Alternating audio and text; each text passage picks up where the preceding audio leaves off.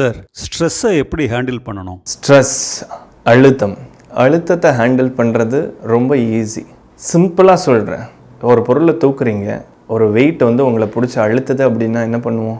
வெயிட்டை குறைப்போம். இல்லைன்னா ரொம்ப வலிக்குது அப்படின்னா அந்த வெயிட்டை கீழே இறக்கி வச்சுருவோம். ரைட்டா? ஒன்று டெம்பரவரி, இன்னொன்று பர்மனெண்ட்டு.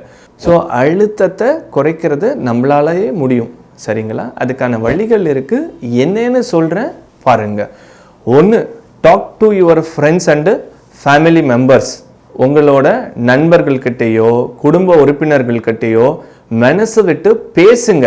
அந்த அழுத்தம் என்ன, எப்படி, எதனால், அதை எப்படி ஹேண்டில் பண்ணுறது, அதிலிருந்து வெளியில் வர்றதுக்கான ஐடியாஸ் என்ன, ஆர் அவங்க இந்த மாதிரியான சுச்சுவேஷனை எப்படி ஹேண்டில் பண்ணாங்க அப்படிங்கிறத கேட்டு தெரிஞ்சுக்கோங்க. அதுக்கு நீங்கள் ஓப்பனாக பேசினாதானே அவங்க என்ன அப்படிங்கிறதே சொல்லுவாங்க.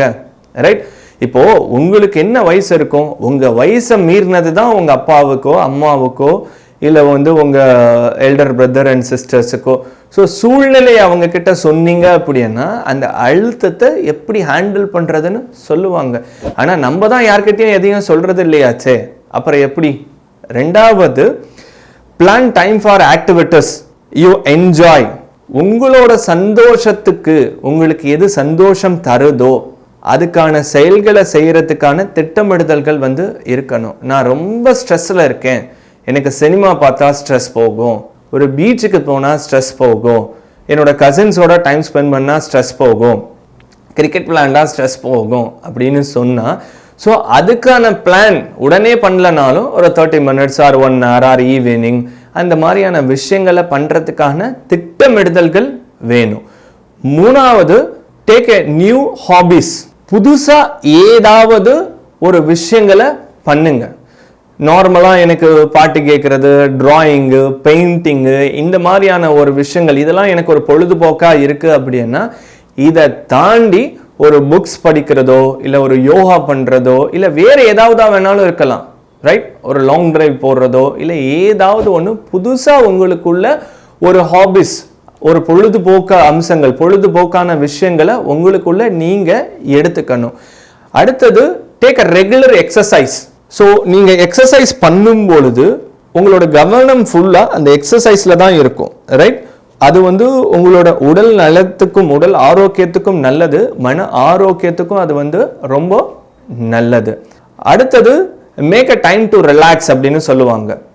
ஸோ ரிலாக்ஸ் அப்படிங்கிறது வந்து ஸோ உங்களுக்கான நேரம் ஒதுக்கி, ரைட், உங்களுக்கு பிடிச்ச விஷயங்களை செய்கிறது. ரிலாக்ஸ் அப்படின்னா இட் கேன் பி நீங்கள் வந்து ஒரு ஃப்ரெண்ட்ஸோட வெளியில் போகிறதா இருக்கலாம், உங்களுக்கு பிடிச்ச விஷயங்கள் what ever it may be, அது என்ன வேணாலும் இருக்கலாம்.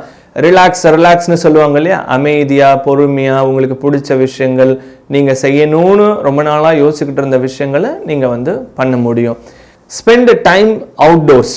ஸோ வீட்டுக்குள்ளேயே இருக்கிறதுனால இல்லை வந்து ஒரு பர்டிகுலர் இடத்துலையே இருக்கிறதுனால திரும்ப அந்த ஸ்ட்ரெஸ் இருந்துக்கிட்டே இருக்குது அப்படின்னா வெளியில் போயிட்டு வரணும். தட் மீன்ஸ் ஆஃப் வெளியில் இருக்கக்கூடிய பார்க்கோ இல்லை வந்து outdoors, that means off out of சிட்டியோ அவுட் ஆஃப் ஸ்டேட்டோ எங்கேயோ.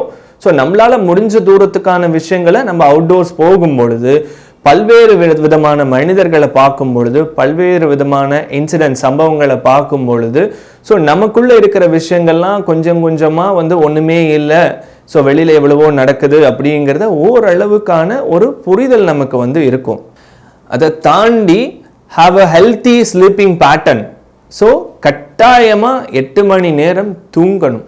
ஸோ அளவுக்கு அதிகமாக நீங்கள் வந்து தூங்காமல் இருக்கிறதுனால தான் மூளை எதையாவது ஒன்று யோசிக்கிட்டே இருக்கும். ரைட்? நீங்கள் வந்து முழிச்சிட்டு இருக்கும் போது எதை பற்றியாவது யோசிக்கிட்டே தான் இருக்கும். சில நேரம் ஒரே விஷயத்தை யோசிக்கிட்டே இருக்கும், சில நேரம் பல விஷயத்தை யோசிக்கும். ஸோ அது வந்து இருக்குது. இதெல்லாம் அவாய்ட் பண்ணிவிட்டு நீங்கள் 8 மணி நேரம் தூங்கி ஏஞ்சாலே மூளை ஓரளவுக்கு சுறுசுறுப்பாக இருக்கும். நம்ம என்ன பண்ணணும் பண்ணக்கூடாதுங்கிறது ஓரளவுக்கு ஒரு கிளாரிட்டி இருக்கும்.